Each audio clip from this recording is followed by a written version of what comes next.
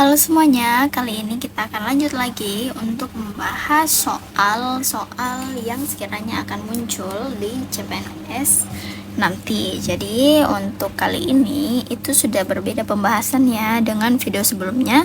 Nah, jadi jika video sebelumnya itu kita membahas tentang soal cerita perbandingan, nah sekarang kita akan membahas tentang soal penalaran analitis.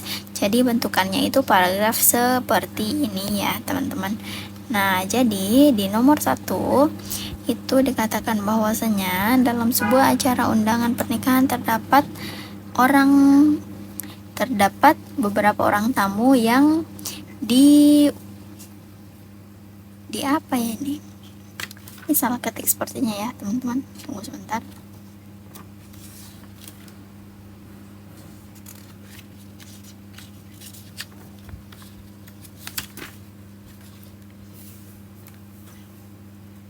Oke, jadi dalam sebuah acara undangan pernikahan terdapat 8.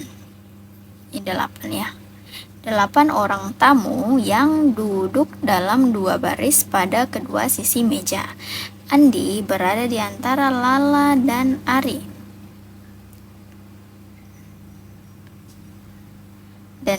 Dan berhadapan dengan Bejo.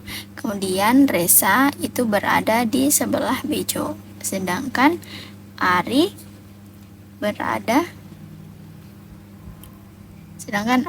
berada duduk berhadapan dengan Anto dan di antara Andi dan Eko. Jika Nuri duduk di sebelah Anto, siapakah yang berada di antara Reza dan Anto? Oke, teman-teman, jadi trik penyelesaian untuk soal-soal seperti ini adalah menemukan kata kunci yang menjelaskan posisi 3 orang sekaligus, yaitu yang ini ya.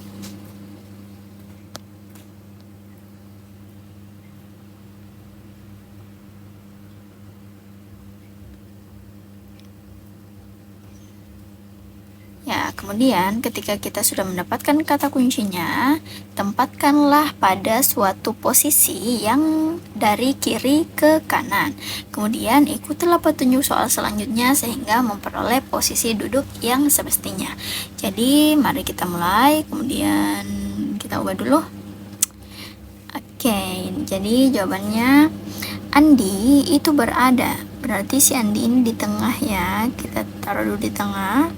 Andi berada di antara Lala dan Ari. Nah, seperti yang saya ucapkan tadi, bahwasanya mulai dari kiri ke kanan gitu ya, teman-teman. Berarti Lala kita simpan di kiri, Arinya kita simpan di kanan, dan berhadapan dengan Bejo. Berarti Andi ini di depannya Andi adalah Bejo. Kemudian Reza berada di sebelah Bejo. Ingat, taruh di kiri dulu ya. Bukan kiri, Reza. Oke, kemudian sedangkan Ari itu duduk berhadapan dengan Anto.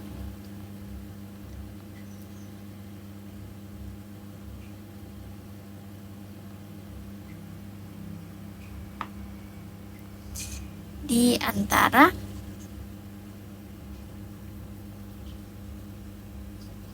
duduk berhadapan, sedangkan Ari duduk berhadapan dengan Anto dan di antara Andi dan Eko. Nah, di sini sudah ada Andi, berarti kita tulis di sini Eko. Karena si Ari berada di hadapan Anto dan di antara Andi dan Eko. Nah, kata Andi kan sudah kita tulis sebelumnya, sehingga kita bisa menempatkan si Eko ini di sebelah kanan. Jika Nuri duduk di sebelah Anto, siapakah yang berada di antara Reza dan Anto? Nah, di antara Reza dan Anto adalah si. Nah, kita udah temukan ya jawabannya. Jadi seperti itu cara menyelesaikan soal seperti ini. Jadi mari kita blok, jawabannya adalah Bejo.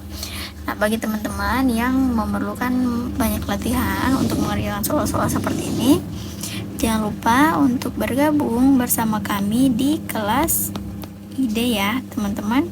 Nah, ketika teman-teman akan melakukan payment, jangan lupa untuk memasukkan kode Mars ASN supaya teman-teman mendapatkan potongan harga gitu ya. Jadi untuk video ini teman-teman jangan lupa untuk memberikan saran, komentar atau apapun di kolom komentar di bawah, supaya ketika ada cara yang lebih mudah misalnya, kemudian atau ada trik yang lebih mudah, teman-teman yang lain bisa tahu dan kita bisa sama-sama membantu. Oke, mari kita lanjut ke soal berikutnya.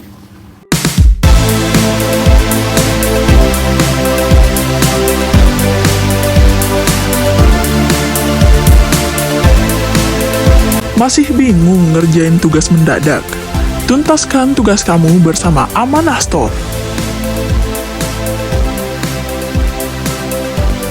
Nah, di soal nomor 2 itu dikatakan bahwa Bu Irma sedang membuat berbagai kerajinan tangan, yaitu kerajinan tangan MLKOP. Kita tulis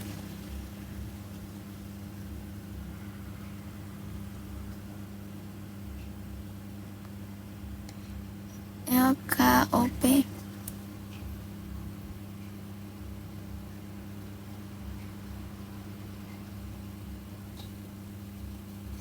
Oke, kemudian lanjut lagi. Setiap kerajinan tangan membutuhkan bahan masing-masing. Kain flanel dibutuhkan pada semua kerajinan tangan. Kain rajut tidak akan dibutuhkan pada kerajinan tangan L dan K, sedangkan kain spandex hanya akan dibutuhkan pada kerajinan tangan M dan L. Bu Irma sedang mempersiapkan kain flanel dan spandex. Kerajinan apakah yang akan dibuat? Oke, teman-teman, jadi mari kita membuat tabelnya dulu supaya lebih memudahkan. Jadi di sini ada kerajinan M, L, K, O, P. Kita urutkan saja gitu ya supaya lebih mudah. K, L, M, O, P. Oke.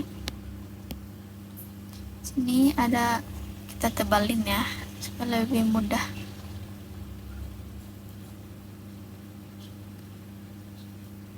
K, L, M, O, P.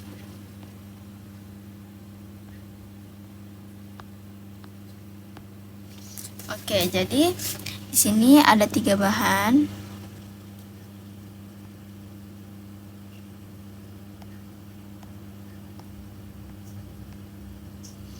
Yang pertama itu ada flanel,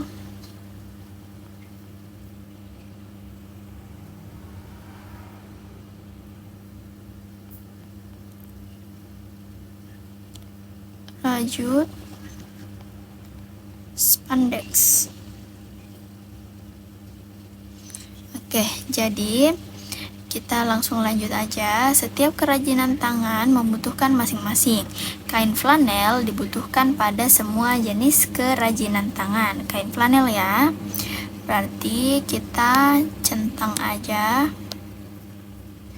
Kain flanel dibutuhkan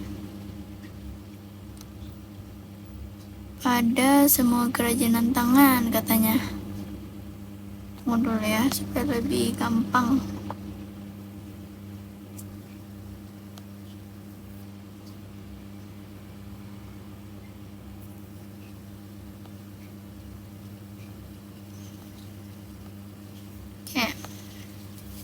Flanel dibutuhkan pada semua kerajinan tangan. Kain rajut tidak akan dibutuhkan pada kerajinan tangan L dan K. Astaga, tunggu ya teman-teman. Oh my god. Tunggu sebentar.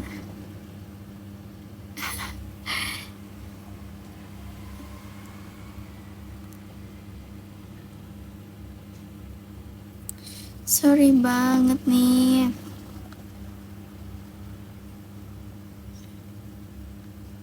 Oke, kita tulis ulang. Ada kain flanel rajut, dan spandex. Nah, jadi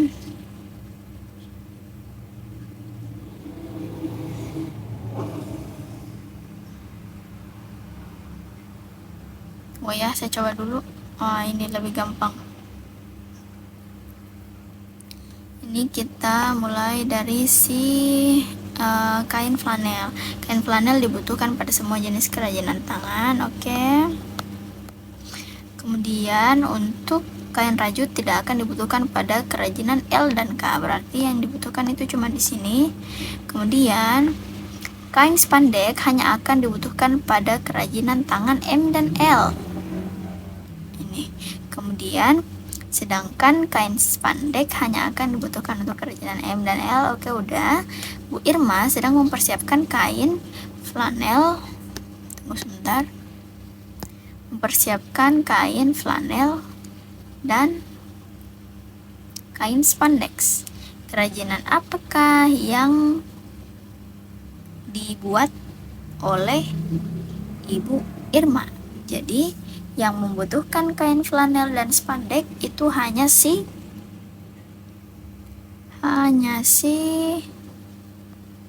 kerajinan L ya, teman-teman. Kalau kerajinan K itu cuma membutuhkan flanel dan bukan spandek. Kerajinan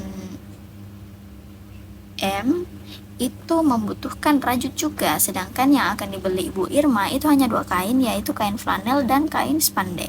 Sehingga kerajinan yang akan dibuat oleh Ibu Irma itu sudah pasti kerajinan L. Kayak gitu, teman-teman ya. Oke, jadi segitu aja dulu video kita untuk hari ini. Jadi bagi teman-teman yang punya tips and trick yang lebih mudah, itu teman-teman bisa mencantumkan di kolom komentar di bawah supaya teman-teman lain juga ikut terbantu. Oke, teman-teman semua, sampai jumpa dan terima kasih.